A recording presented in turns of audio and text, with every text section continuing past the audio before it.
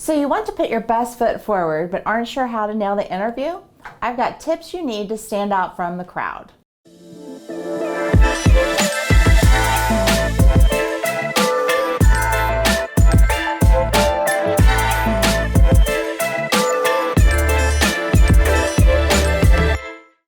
My name is Kim, the Talent and Onboarding Director at Cornerstone Home Lending, and I'm so excited to share some tips so you can make a great first impression.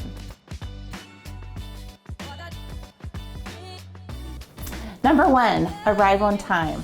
This one may seem obvious, but it's often one thing that can make or break your first impression. Arrive early.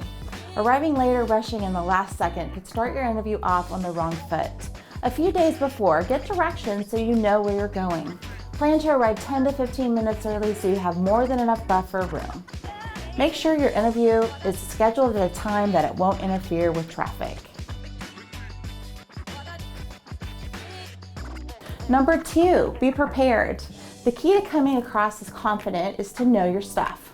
Before your interview, make sure you know the names of the interviewers, do your research on the company, and make sure you're crystal clear on how you'll fit into the culture.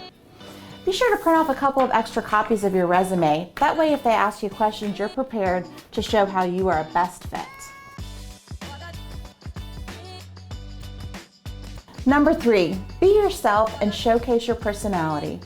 Sometimes people think they need to present a polished version of themselves, but we want to get to know the real you. Throughout the process, don't be afraid to make a joke, share a personal detail, and most importantly, be sure to smile. Number 4 is follow-up. Following up is a great way to share your gratitude. Ask for the business card of each person you speak with so you can follow up with a thank you email.